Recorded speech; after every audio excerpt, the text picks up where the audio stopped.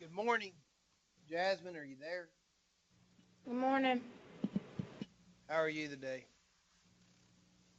Good. How are you? Doing well. I regraded your assignment in HR, and I gave you full credit. I didn't respond back to your email. I saw you made those changes and just went ahead and graded it. Just tell you in person. Okay. Thank you. You're welcome. Thanks for redoing it. Okay. Um, Last week, we went over balancing rations, and it was a pretty fast, down and dirty, real life example that we used, right? That you're going to use that. You're probably going to use those same numbers in that ration or variations of that ration on on your cattle. At least, did we do the first 3 months after calving for you? Right? Yes. Okay. Yes. So what the homework assignment was I gave you is to balance one of your rations for your project. I really don't want you to do that one since we've already done it. Okay. Uh, you can choose a ration, you know, 3 to 6 months after calving, or 6 to 9, or 9 to 12, or you could do one for your weaned calves. Okay. Um, and for the other students, just pick one of your rations of what you're going to do. Now, uh,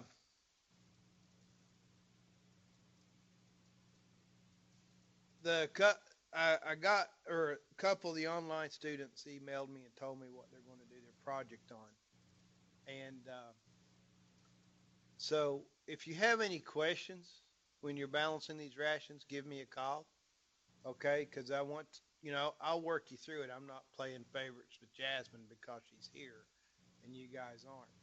And but I think if you had animal science and went through that deal, you kind of understood what we did. But if not, just call me. I'll help you out, and we'll get some good figures put together uh, and work you through one. So let's make this assignment due for next Tuesday. Is that okay? That'll give you a week to balance another ration for your project. Now, um, if you really want to, you can go ahead and balance your ration for all of those uh, and send it in. You're not going to get any credit, but I will grade them and make sure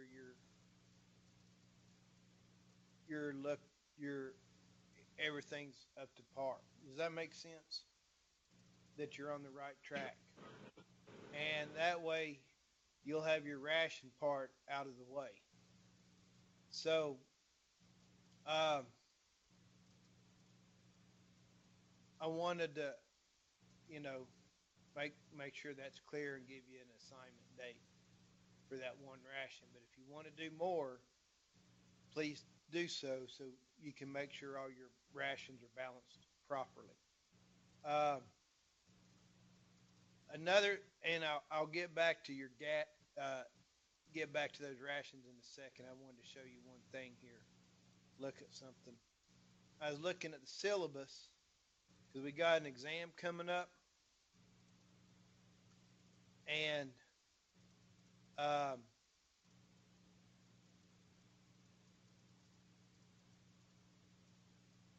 we have it scheduled for February the 6th. So we may put that off a week because I want to also talk about forage management. Because in my mind, you know, they kind of go together. Our feed costs are our biggest cost in raising livestock, and we've talked about nutrition. We're going to talk a little bit about nutrition now, but we depend a lot on forages for our livestock. Okay, everything's going to be a forage based. So having a good forage management plan and in place, I think will go a long ways with that nutrition and will also help, hopefully it'll offset some of your feed costs. So we'll finish up with nutrition today, and then we'll hit forage management, and then we'll have that first exam. It'll cover nutrition and forage management. That sound okay, Jasmine? Since you're the only one here to respond. Yes. All right. Sounds good. So now, as I pointed out the other day, when your animals are on grass, the numbers you want to use, since we mainly have fescue in this area, under the folder nutrition publications, down here you'll see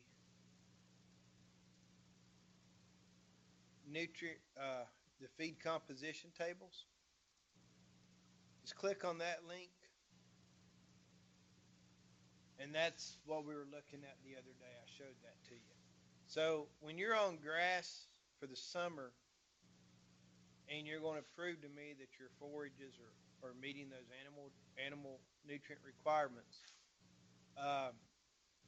this is where you're going to get it. Okay, since most of our grasses here are, our cool season grass is fescue. Just scroll down here to fescue, and you'll use the fresh. Now these are updated. They update them every year, so you can find the 2016 feed composition tables. It's not going to vary a whole lot. So whether you use it 09 or 2016, it's fine with me. I can't know my alphabet here. So you would use this Kentucky 31 Fresh with the 29% dry matter, 64% TDN, and 15% protein. And that's what you would use for your pasture grass.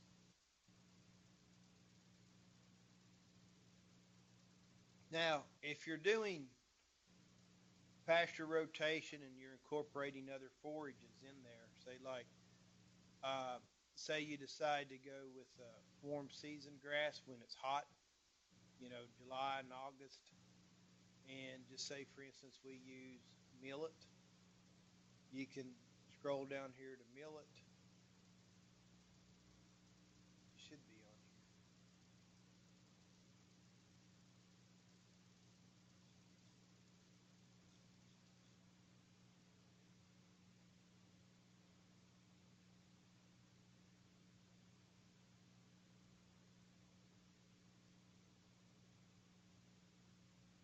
It may be instead of millet, may be like under like German millet or something. I still don't see it.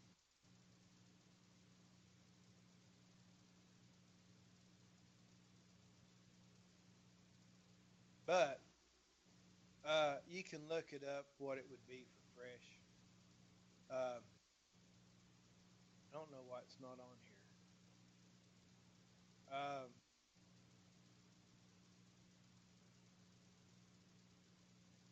So, say for instance, we're going to do something different.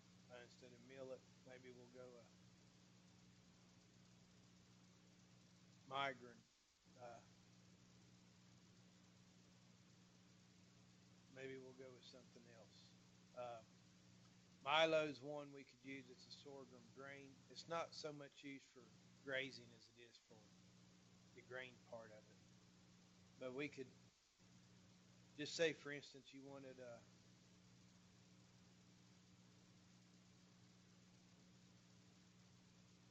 see what else we have here.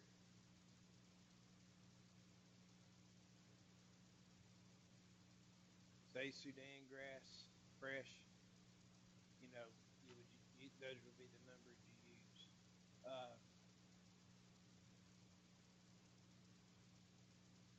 Let's see if they have sorghum, stover. I guess they're just using that for hay. Uh, but anyway, you can look and see what they have. If you're using something like millet, uh, you just have to do some research and try to find out what the nutrient content is of millet. Uh, so you're gonna have some stuff to use, uh, stuff to look up. Um, so anyway, that's where you'd find that. So I just want to kind of skim over this practical beef nutrition today. We've covered a lot of it between this class and animal science.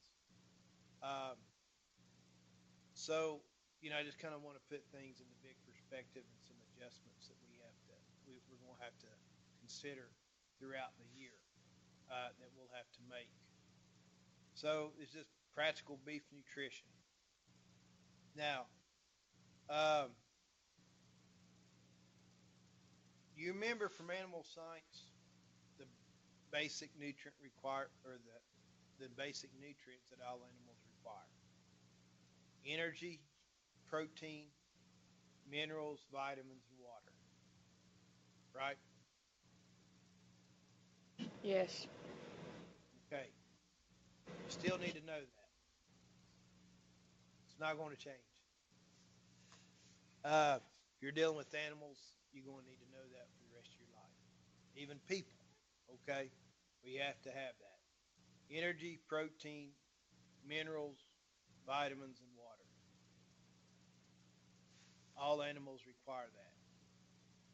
Now, this gets a little bit more complicated right here. And you need to understand this, so it will be on the exam. Um, this PowerPoint is in Blackboard. Uh, so I want to talk about how energy is partitioned. Uh, when we think about in animals, feed or a ration, or concentrate and our forage deal, it provides energy. Okay. Now, if you look on those nutrient requirement tables, you'll see TDN, which is total digestible nutrients, and then you'll also see on there uh, gross energy, net energy, uh, or gross energy, then digestible energy, metabolizable energy, and net energy. And those are going to be listed in calories. It'll tell you how many calories that are needed. And the way they get where these other divisions come from just the total energy, is that they kind of break it apart just for life processes. And so we kind of know they're breaking it apart, getting really specific, how much energy is used for maintenance and how much energy is used for gain or production. So the first thing we start off with is the gross energy that our ration contains. And during the process of digestion and producing fecal matter, energy is lost. What One of the things I did on my research project is, I measured the energy in the feed, I measured the energy in the fecal matter to figure out how much energy was lost. Did a lot of lab work, but what's lost in the difference between what you take in and what the cow or the animal produces in fecal matter. Uh, that's your gross energy. You take away the fecal matter, the energy in the fecal matter, what you have left is digestible energy. The digestible energy, it's going to be broken apart as well. Okay? Urine has energy in it, has nitrogen in it. We feed too much protein. But it does take energy to produce urine, and urine does have some energy value in it. And then also, animals produce gas, particularly methane. Ruminants produce quite a bit. You know, they have that, they go through that rumination process where they take in food, they sit down or they lay down, and then they chew, you know, they regurgitate the rumen contents up, make it smaller, swallow it again, regurgitate, keep doing it until those particles are fine enough to pass on through to the reticulum and the omasum. And the rumen microflora is fermenting what those the rumen contents, rumen and reticulum contents, and they produce gas. They produce methane, so they burp, and that's methane. They also flatulate,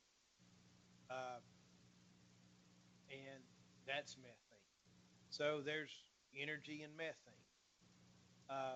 So you take away in the digestible energy, you take away the urine loss and gas production. What you have left then is metabolizable energy. Now, metabolizable energy is basically heat. How much heat is produced during the fermentation process, because that takes energy, and how much heat is used for metabolism, or how much heat is produced during metabolism, the breakdown of the food. So if you take away the heat production, what we have left is net energy. Net energy is what's really important to us, because net energy is broken down into two components: net energy maintenance and net energy gain or production. Net energy gain or net energy production. The net energy maintenance, that's the energy that the animal needs to maintain itself for metabolism, activity at maintenance, you know, walking to different parts of the pasture to eat, to the feed bunk, to the water trough, standing up, laying down. That's how much energy they need just to sustain life and to sustain their body temperature. So if it's cold, that energy goes up. If it's really hot, they're trying to release heat more. So, we have temperature, heat, and cold stress that can come into play with this. Net energy gain, that's where our money is. Okay? If we're raising calves, cow-calf pairs, we want those calves to be gaining. We want them extra energy so that they gain weight. We want this net energy gain is also dealing with lactation of our beef cows, or increasing their body condition. Make sense?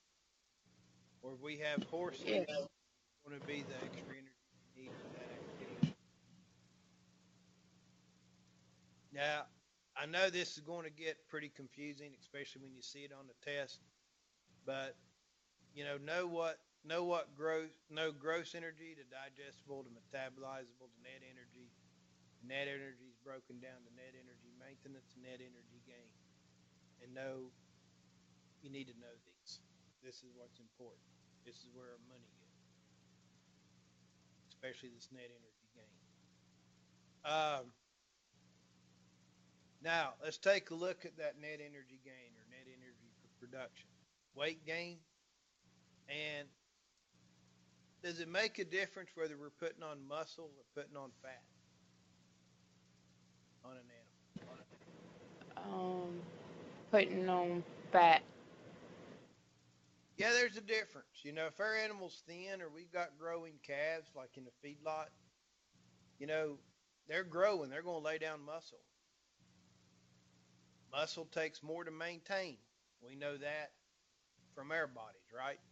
If we're trying to lose weight and we start exercising, lifting weights, and we're building up our muscles, you know, that increases their metabolism because it takes more energy to maintain that muscle mass.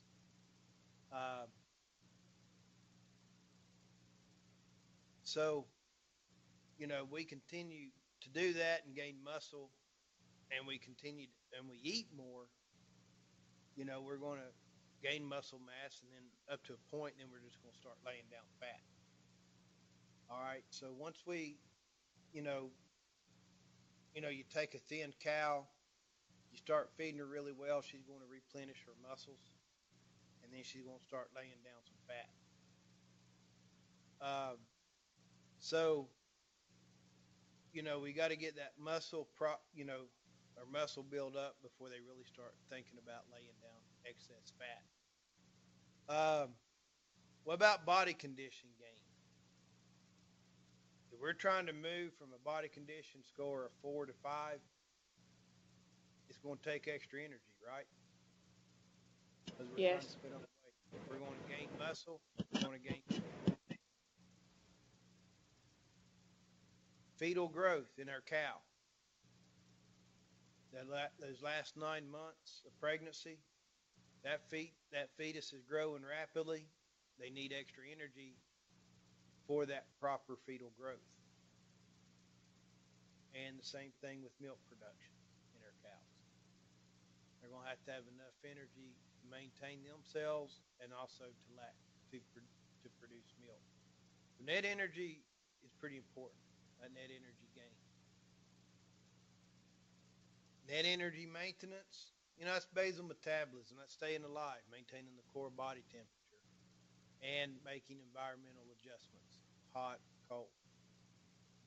Now,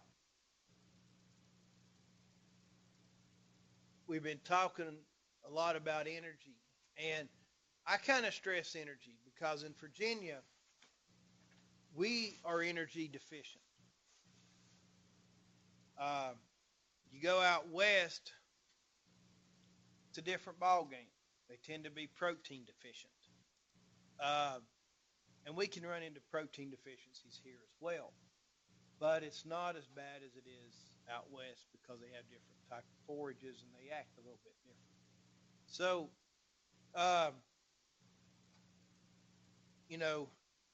when we go to the feed store, everybody talks about protein. We see on the tags protein. And we need to know energy content as well.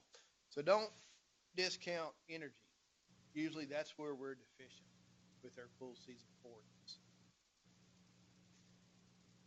Especially, in the wintertime when we're feeding hay. And in some parts of our production cycle, we're going to be deficient on both, depending on the quality of our hay.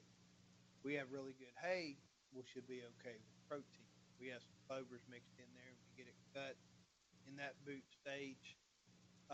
Even if it's fescue clover mix in that boot stage, we're going to have some pretty decent protein content. Let's take a look at protein. We've looked at energy. Let's look at protein. When we balance our rations, we're using a term called crude protein. And crude protein basically is just the measurement of the nitrogen in the ration. It's hard to measure protein. Nitrogen is a component of protein, so we figure out how much nitrogen is in there. We can measure that through the Kjeldahl procedure. And again, I've spent hours upon hours in the Kjeldahl procedure on feed and on feces. Uh, and then we do some math, figure out how much protein, or make an estimate of that crude protein, uh, with the nitrogen. So crude protein, if this is a picture of the rumen, uh, or let me just say the whole stomach here, the rumen, reticulum, just kind of the whole big deal. It's not broken up. Crude protein comes in, and part of that protein is UIP. It's referred to as bypass protein. Uh, you have it's broke. You got two parts of this protein. You have the bypass protein, and then you have what's going to be broken down or metabolized in the rumen, because these microflora produce they can produce protein. The neat thing about cattle is we can give them a nitrogen source, and the microflora will produce protein. When I was in college, my nutrition teacher said, "Hey, as long as we feed those bugs, the bugs will feed the cow." And there's a lot of truth to it. But research since then has shown that we want some of this protein to bypass the digestion in the rumen, and to be the protein be digested in the small intestine. Um, but this, it just gets broken down, the metabolizable crude protein and the bypass protein, and goes out of the metabolizable protein, what the animal's going to use for metabolism gain. Now, if we just take a look, all this graph is showing is the effective weight and average daily gain on protein requirement. Uh, we start off with a 400-pound steer and a 500-pound steer. We're getting them up to about 800, a little bit over 800 to 900 pounds. And you'll see, the bigger animal requires more protein. Uh, Average daily gain is as we try to get more weight put on those animals every day. This here's 1.1 pounds a day gain, 2.2 average daily gain, 3.3 pounds average daily gain, 4 pounds a day, 4.4 pounds average daily gain. As we increase our average daily gain, our grams of protein is going to be increased. That's nothing unusual, right? It's just showing two different weights of cattle. Uh, and, so, but it's just showing you that when we increase daily gain, we're going to increase those protein requirements. Let's take a look real quick at our major minerals. Calcium. What's that used for, Jasmine? Milk production. Production, growth, or bones. Typically, grains are low in calcium, or forages are high in calcium. Phosphorus, required for milk production. It's also required for growth. It's also, needed in our bone structure. Grains and corn co-products are high in phosphorus, tend to be low in calcium. Now, the thing you need to keep in mind is the calcium to phosphorus ratio. We want a 2 parts calcium to 1 part phosphorus. Otherwise, we can come into a metabolic condition called a urinary calcified, kind of like kidney disease.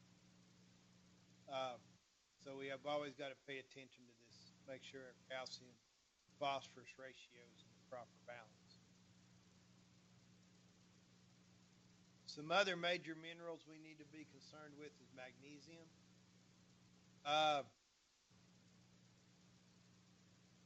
With magnesium, mainly we see issues with that in the spring, a condition known as grass tetany. Uh, Lush spring grass, it's either it's low in magnesium or that could be causing that magnesium to bind up somewhere and to be unavailable. And we see this a lot in lactating cows in the springtime. You'll see them out there; they'll be wobbling, and can't be. They're not very coordinated, and their muscles are contracting really fast and no coordination. It's treatable if we find it quick enough. Uh, you just infuse them with magnesium oxide, and believe it or not, it's like a miracle drug. 10, 15 minutes later, they just get up and walk off. There's nothing ever happened. The issue we run into, one of the things we run into in real life situation, we see this, with the lactating cows and spring growth. The other thing we see with lactating cows is a calcium deficiency. And the symptoms of calcium deficiency and magnesium deficiency is very similar. Calcium deficiency is referred to as milk fever. So same symptoms. So you don't know which one you have. You don't have enough time to do a lab analysis. Your animal will be dead for that point. So you treat them with both. Treat them with magnesium oxide and you treat them with calcium. And they get up and walk away if you got them treated early enough. Now, when I was in growing up and in college, you had to do that IV. Now you can go to the local co-op and it comes in a tube like a caulk, like when you go to Lowe's and buy caulking. It comes in that kind of tube, and you can think it you administer that rectal, and it's absorbed through the rectum into the bloodstream, and it takes a little bit longer than if you do it IV, but it works. Uh, so make sure you feed in the springtime, if you have a spring calving herd, a high magnesium mineral. In fact, a lot of producers just feed that year round. Because the other time we see this grass tetany is like last summer. Well, not so much last summer. We didn't really have rain until October. Uh, but if it gets dry in the summertime and our grass quits growing, and then we get a bunch of rain and the temperature cools off, and that grass takes off real quick, we'll see grass tetany pop up if we're not feeding a high magnesium mineral for our cows. So it's a little bit more expensive. You either pay real close attention to the weather and your grass and can swap out, or you just leave it high, or you just feed that high mineral or high magnesium mineral to your cows while they're lactating. Salt is another major mineral, sodium and chloride.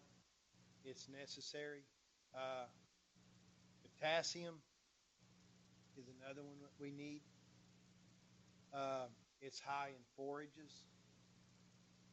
When we feed urea, which is a nitrogen source, we need to add some sulfur to that in order for it to be utilized properly. But we have to be careful because just like with people, animals, everything's in moderation. If we give too much sulfur, we're going to kill them with toxicity. So, um, typically livestock producers keep mineral out free choice to their cattle, and they'll change the composition around on it throughout the year depending on what the needs are. If it's less spring growth, they'll go to a high magnesium mineral. Uh, Once it gets that spring growth is out of the way, they'll just swap back to a regular mineral. Um, we go into drought condition and we start getting rain, they'll go back to that high magnesium mineral. There are um, different areas of the country have different mineral content in their soils. So you need to be aware of what minerals, if your area is lacking a certain mineral, then you may need to give extra supplementation for that. And I'll give you some examples here in a minute with their um, with their trace minerals. Our our macro minerals are the ones needed in large concentration: sodium, potassium, magnesium, chlorine, and phosphorus, calcium, phosphorus, sodium, chlorine, uh, potassium, and magnesium. Your trace minerals are going to be like cobalt, copper, iodine, iron, manganese, selenium, zinc.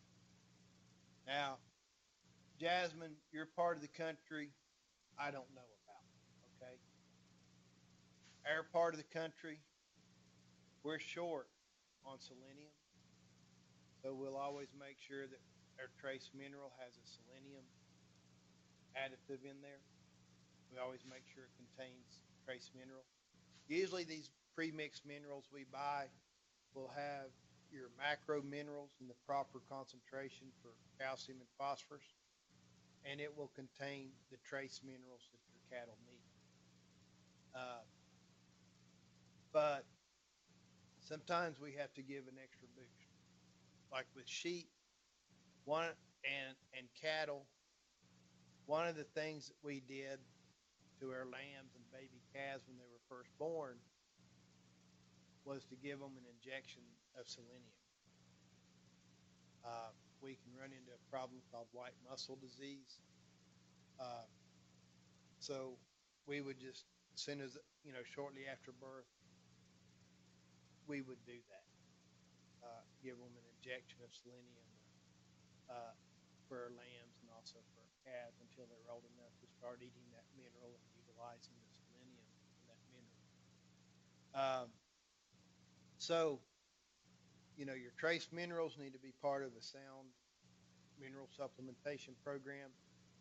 And just be aware there's regional differences. Every region has different issues that you need to be aware of.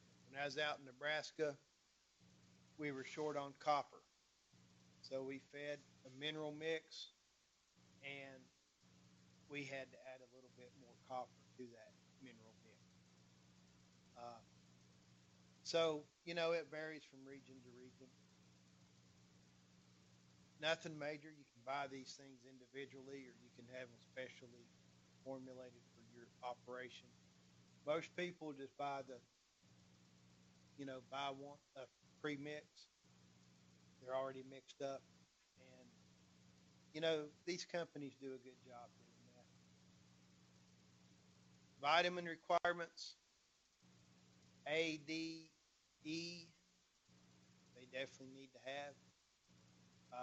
We know vitamin D comes from the sun, so we're probably going to be okay there. Vitamin A is going to come from good leafy forages, good green leafy forages. If we have a vitamin A deficiency, it's probably going to be in the wintertime, and we put up some really poor quality hay, and there's just nothing green for those cows. Under normal circumstances, we really don't do a lot of vitamin supplementation. Uh, there are instances, like with this selenium. I told you some of the outfits I worked on would give selenium injections to calves and lambs when they were first born. That selenium and vitamin E work in conjunction, but usually that injection contained vitamin E as well. Uh, Stressed calves, vitamin B has been shown scientifically to help them out, increase their appetite. So, there may be situations where we need to supplement vitamins. So be aware of that. Mainly, we're feeding a good ration. We've got good quality hay put up. We're going to be all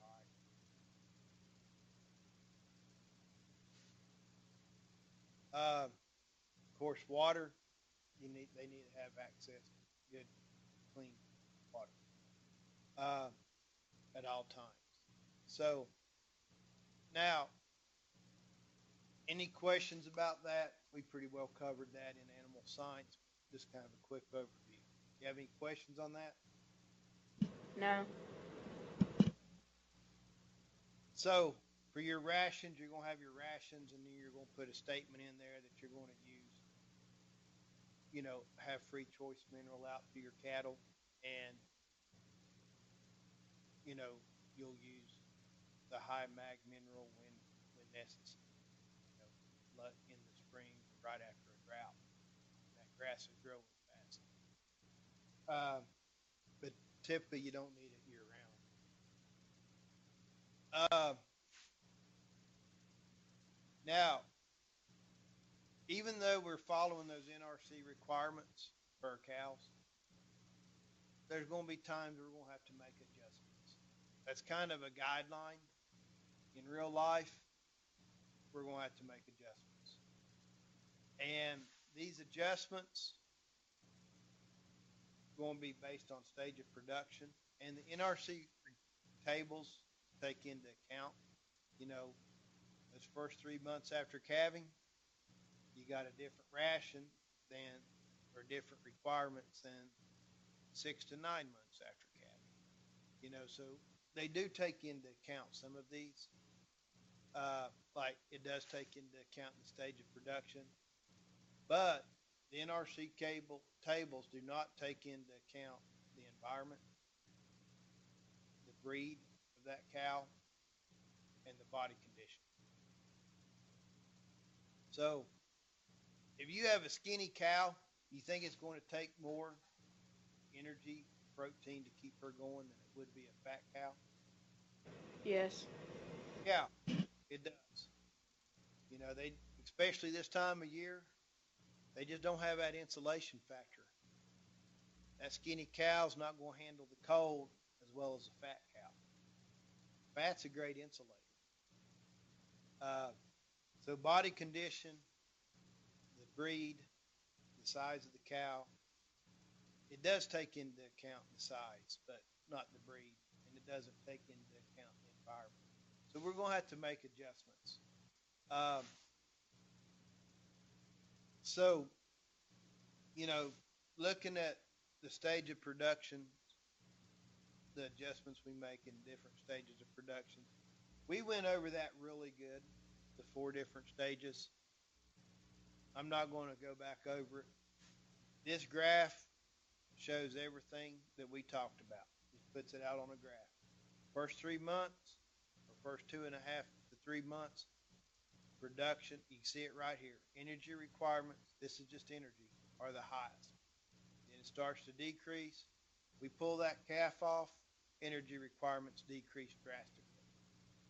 And it starts increasing again as their pregnancy gets later into term up until we're right there at calving.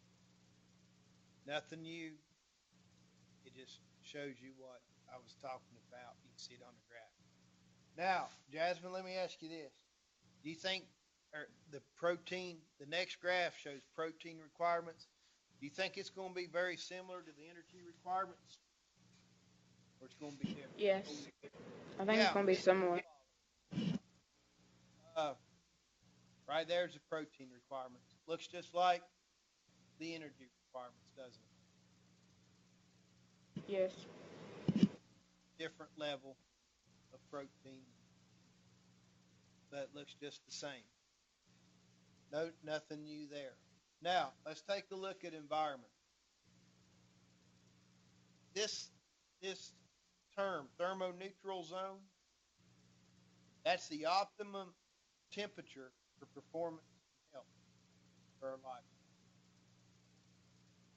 We get below this thermoneutral zone, we have cold stress. We get above it, we have heat stress. We ever see that? Yes. Yeah. Let's take a look at last year. Man, we had some cold weather, or even this year. We had some 0-degree days already, at least in my neck of the woods. And this summer, we had a lot of days well over 90 degrees, over 100. And my neighbor had some calves just could not handle that heat. Uh, they were stressing out big time. So, you know, we see it within a year's time, both extremes. So we're going to make adjustments with their feeding. Now, this lower critical temperature, it's you know, it gets lower than this lower critical temperature, we're going to be in cold stress. Okay. This coat description, some there are coats on our animals change throughout the year. We know that, right? So in the summertime, that coat's thin, so it doesn't hold in heat. They can release heat, or it helps them get rid of heat because there's not a lot of hair on there. So in the summertime, or if that hair coat's wet, it's like a summer coat. Uh, that lower, you know, that lower critical temperature is 59 degrees. In the fall, they start growing their winter coat, right? But it's not fully in. It's starting to get heavier. Uh, that temperature can drop. That lower critical temperature drops again to 45. Wintertime, about November, December, uh, probably about November, maybe late October. We're looking about 32 degrees. And then heavy winter, that heavy winter coat like those cows have now, 18 degrees is that lower critical. When it's 0 degrees out, even though they have that old heavy coat on, they still got cold stress. You need to give them a little bit extra. What would you give them extra? Would you give them extra grain or extra hay? And why? Extra hay, I think. No, Yeah, extra grain. Or, give them I extra don't know. hay. Extra hay, Give, okay. hay's fibrous, right? It's got more fiber in it than what grain has. Yes. When that fiber is broken down, it generates heat. So we want to give them extra hay or some type of roughage. If you have baled corn stalks or baled straw, feed them your ration, throw out an extra bale of that hay for of that straw or even your lower quality hay. You know, you can unroll it. They can use that as bedding for those cows or calves depending on when you calve. Uh, so, but you need to give them some extra hay for that to generate heat. Now, if that heavy winter coat is wet, that wet coat, it cannot hold in heat. So those cold, those wet 30, not 32-degree days, like this weekend we had a lot of rain before it turned to snow and it was cold, that's hard on those cows. So we need to have some type of shelter for them. Doesn't have to be extravagant. They need a place to get out of the wind. And, trees work great. Windbreaks work great. Uh, I'm not saying have a barn they can all go into, but you can have windbreaks. That goes a long way in that wind off of it. Because we see here in this next slide how much how much that wind speed changes the temperature. know, calm, you know, uh, here's the wind speed, here's the temperature. If it's 10, 20-degree days, we have a lot of nights, 20 to 30 degree at night. That wind's 5 miles an hour. Man, you're already down in the teens, low 20s and teens, and that's not a very hard wind. Goes up to 15 miles an hour. That wind chill's 4 degrees. 30 miles an hour, that's starting to get pretty breezy out. We're minus 16. And those 0-degree days when that wind's blowing, man alive, we're down to minus 15, minus 36. So keep in mind that wind speed, because it's going to lower that temperature and increase those energy requirements and stay warm. So, general rule of thumb, 0.7% increase or maintenance requirements increase 0.7% for each degree of cold stress. So,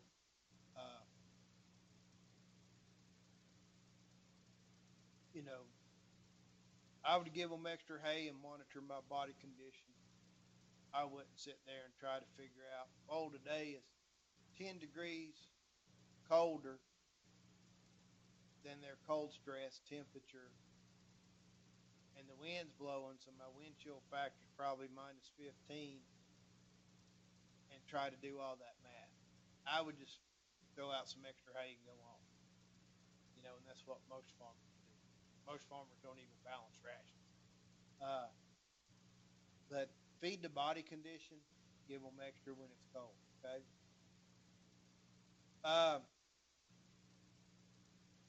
Other adjustments you're going to have to make are insulation factors, and we talked about that body condition score, or that level of fatness they have. A fat cow can handle that cold better than a thin cow because of that fat insulation. How about hide thickness? Does that have anything to do with it? A thick hided Yes. cow? Yeah, it does. You take these Brahma type cattle, that hide's thin. I don't know how they can withstand insects, but it's not quite as thick as some of the other breeds. They can't handle that cold. They can handle the heat, but they can't handle that cold as well. They excel with that heat, but they don't excel in cold. You take a Hereford breed of cow, believe this or not, just that hide alone is 40 pounds heavier than an Angus cow of the same size. That's how much thicker that Hereford hide is. So, you see differences between breeds. And then we talked about heat production from feed. Your hay, your forages are going to produce more heat than what a grain will. They'll be dense in energy, but it's not going to produce heat in that breakdown. Your boss, this is the effect of breed on energy requirements, how different breeds affect energy requirements. Bos Indicus cattle are your Brahma type cows.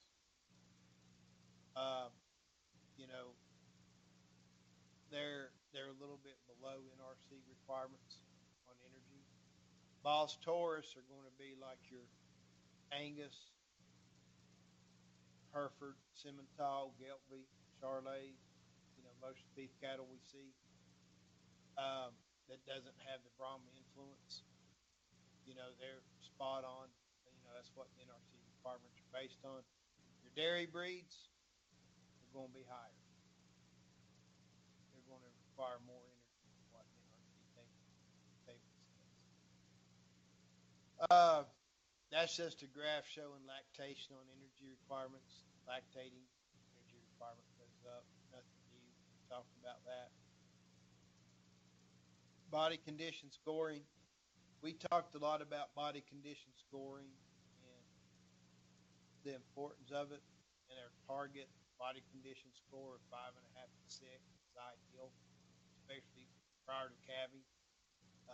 That high correlation between rebreeding and body condition score, you cannot underestimate that. That's been proven over and over scientifically. Those have, 5.5 to 6, those cows rebreed back really nice. Any lower, you know, uh, below 5, they don't breed back. You don't have one cow. Cow gets pregnant at all. And that just goes through, the body condition scores of 1 to 9. We showed a video on that. Ones you're not going to see. Ones and twos you're not going to see very much. Threes you'll see. 4, 5, and 6 you'll see. And sevens. Nines you're not going to see that much. That's just more of a Leo piece. You may see some eights.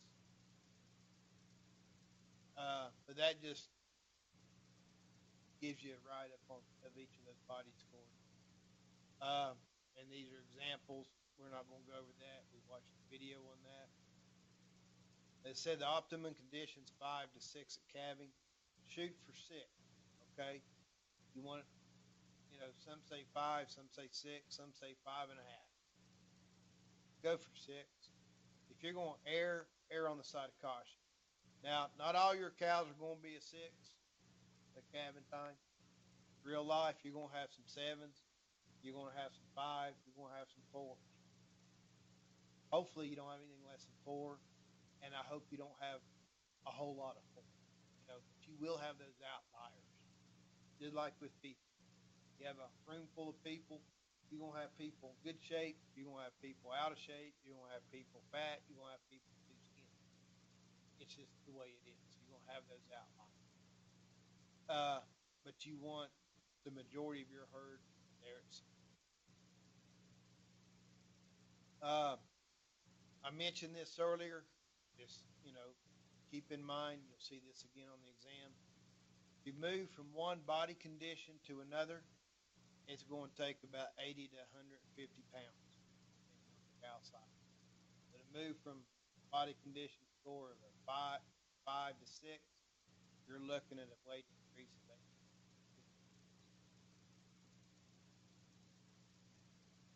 If it's a smaller cow, it's going to be closer to 80.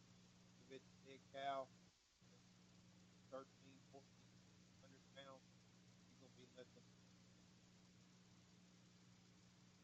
Again, it's best to condition these cows after calving so that we have plenty, not after weaning, when we wean our calves, so that we have sufficient time for those cows to gain weight prior to calving.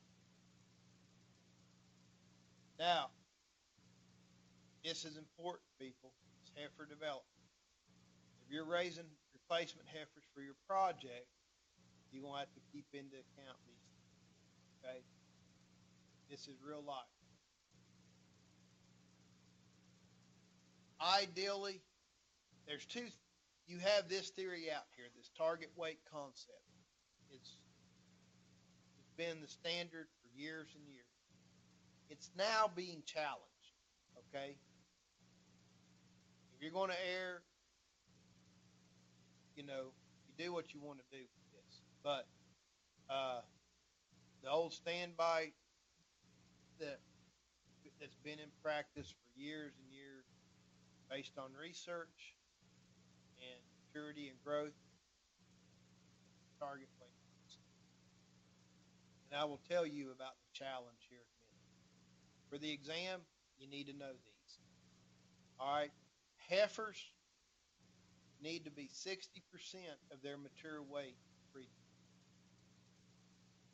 In order to have the largest number of those heifers cycling and conceiving, they need to be 60% of their mature weight.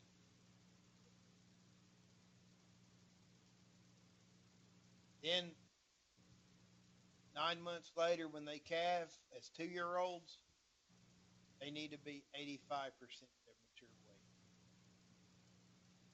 So, say for instance, this example, your herd average is 1,400 pounds, your calves should weigh 840 pounds at breeding time and 1,190 pounds, 1,200 pounds of calf. Now, to balance a ration for that, say you wean your calves off in the fall, they weigh 500 pounds. You have 210 days prior to breeding, then your average daily gain needs to be 1.6 pounds a day breeding, and that way you should reach your target weight prior to breeding. And then it would be the same concept from breeding to calving. Get to this 12 months. So all you would do is, weaning weight, count the number of days until you plan to breed, and then divide it or figure out how much weight they need to gain. Subtract your target weight from your actual weight, divide that by how many days you have, and that will tell you how many pounds a day. And I'll probably on the exam, I will give you a problem to work out. You will have to balance a ration on this exam, and I'll probably do a heifer development to make sure you're putting these concepts in place. Okay, so you're going to have to figure out how that works. So if you have any questions, call me. You understand this, Jasmine? Yes. Okay. You're going to have to know these percentages, and you're going to have to count how many days. I'll give you the day you wean and the day you breed, so you can count those days, and you can do simple subtraction from the target weight. You can take 60% times 1,200, will give you your target weight, and take your target weight, subtract your actual weight from your target weight. That tells you how many pounds you're going to have to gain, and that will tell you, you do the division, they'll tell you how many pounds a day they have to gain. Look that up on NRC tables. Simple enough, right? Yes, I suppose. All right. You need me to work through a problem with that or not?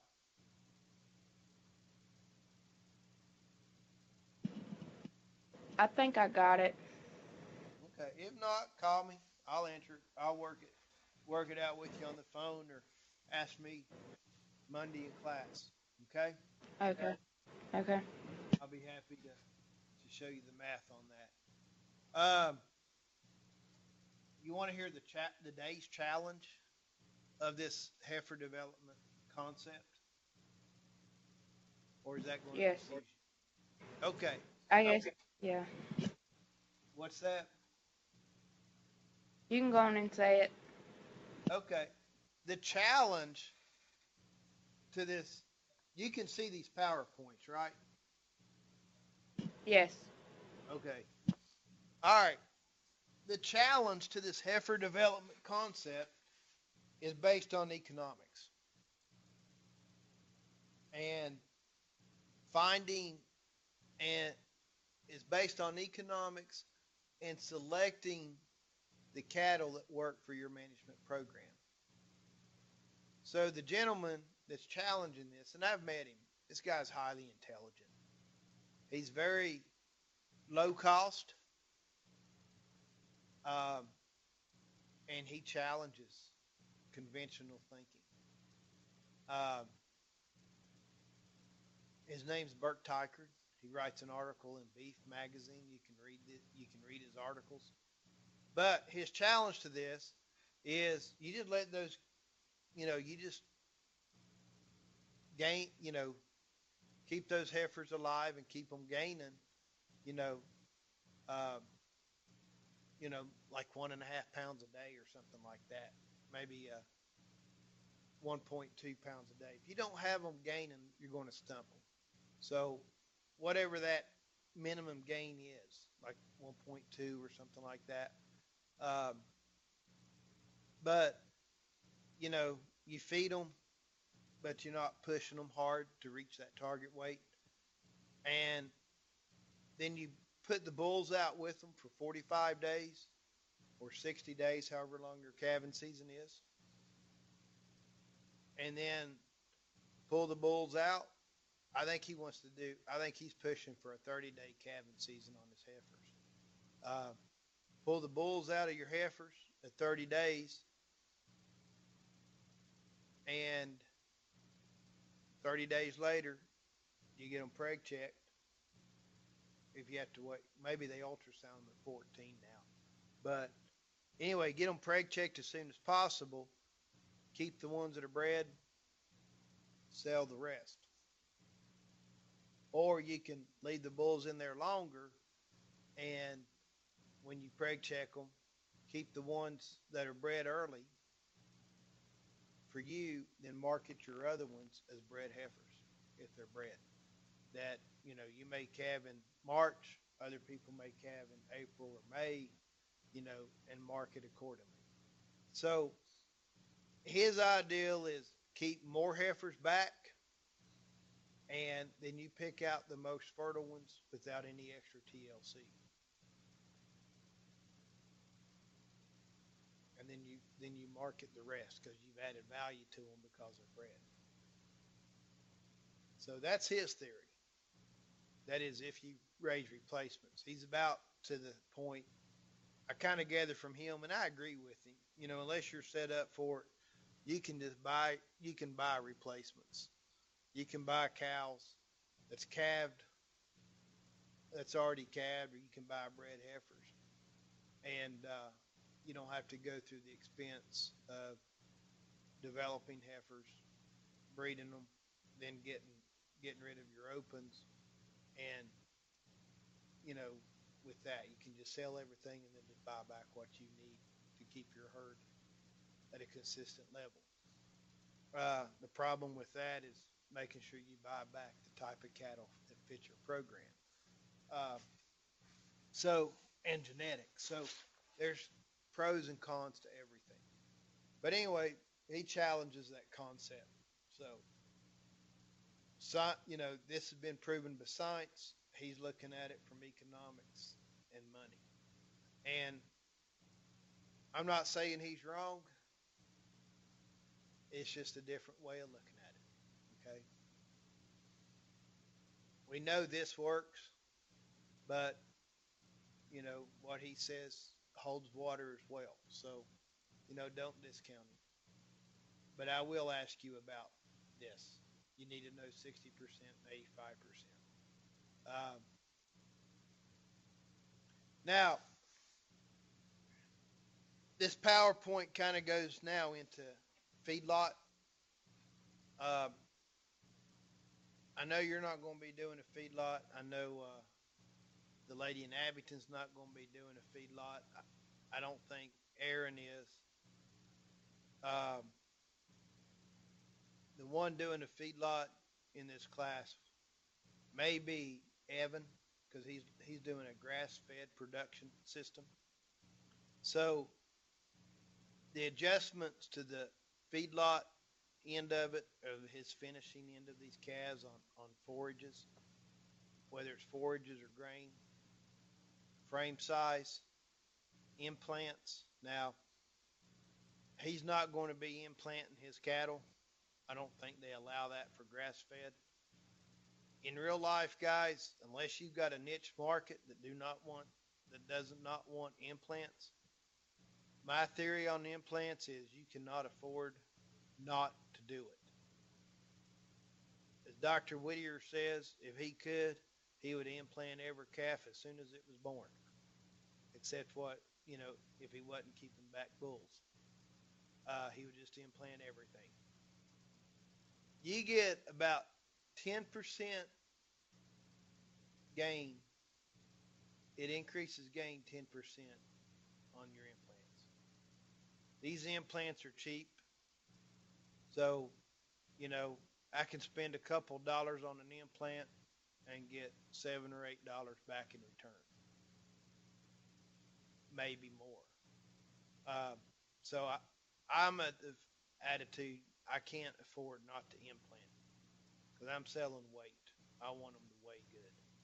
Uh, in feedlots, if that calf has been implanted throughout its life, every 90 days or 120 days, depending on the implant, they're not going to see a big gain from it. If it hasn't been, they'll see a big gain from it from additional implants in the feed yard. Feed additives, uh, that can, like adding stuff to it to increase growth that can change your requirements. Implants can change your requirements. Uh, Step up programs are basically stepping up from one ration to another one. And bunk management monitoring, you're just making sure they're eating everything. If they're not eating everything, then you need to back off. If they are eating everything, you may need to increase. But uh, let's look at this. That's normal growth, muscle growth, fat growth. Let's talk about some feed additives for feedlot cattle. Uh, and this can also be for y'all as well. Uh, ionophores. Ionophores, the two main ones out there are Rumensin and Bovatec. And there's a third one, but I don't remember the name of it. Uh, ionophores change the rumen bacteria uh, with the production of what's called volatile fatty acids, and it increases weight gain on the calves or on cattle and sheep. Ionophores are deadly to horses and swine. Monogastrics can't handle them. If you're feeding ionophores and your horse gets into it, they're dead. No ands, ifs, or buts about it. You can buy mineral with Rumensin in it or Bovatec in it. If you do that and your horse gets in it, they're dead. You don't. Horses and ionophores don't mix. Make that clear. Uh, Now, when you're weaning your calves, you may want to put an ionophore in there on those, mix that in there with their feed. Uh, or if you got thin cows and you're trying to get some weight on them pretty quick, ionophores may come into play for you guys. Another thing they do, they also act as a coccidiostat. There's a bacteria called coccidiosis that cattle and sheep or any livestock species can get. You see it in confined areas. Uh, Ionophores act as a coccidiostat, or you can just buy a regular coccidiostat to put in there. MGA is progesterone. It keeps steers from riding each other, keeps the heifers from coming into heat. So they usually add MGA to the feed to keep those heifers from coming into heat and losing weight. Optiflex, that's a feedlot. They use that in feedlots the last 28 to 42 days of finishing prior to slaughter, and it just increases muscle growth. And then it used to be, you can't do it now because the law changed. You could add antibiotics to their feed or buy medicated antibiotics at medicated feed. Antibiotics have been proven over years, has been proven to add weight for weight gain. Uh, it's now illegal to use that as a growth promotant. We can only use it to treat livestock for an illness. A lot of times people would use medicated feed when they got a load of calves in as a prophylactic treatment for calves, even though they may not be sick. They're probably going to get sick, so they just feed them antibiotics and nip it in the bud, as Barney Fife would say. Another place people would use a lot of antibiotics or a medicated antibiotic deal is with mineral in the summertime. They'd buy antibiotics. They'd buy mineral with chlorotetracycline, tetracycline, or ureamycin in it to help stop and prevent pink eye. They started getting pink eye. You had the antibiotics there to kill that bacteria. So that's all gone now because of this feed directive. But anyway, those are some feed additives that we use with cattle. So we're about out of time. Any questions you have for me today, finishing up the nutrition deal? Next week we'll start going into forage management. I can't think of any questions right now. All right. Is having your today's Wednesday, right? Yes. When did I tell you this? Your homework assignment's due next Wednesday. I think so. Okay. All right. Is that fair enough? I emailed one ration to you, but I'm not sure if it's right. Like, I emailed it this morning, I think. Okay. I haven't checked my emails Okay. today, so I'll look on my iPhone real quick, see if I got it.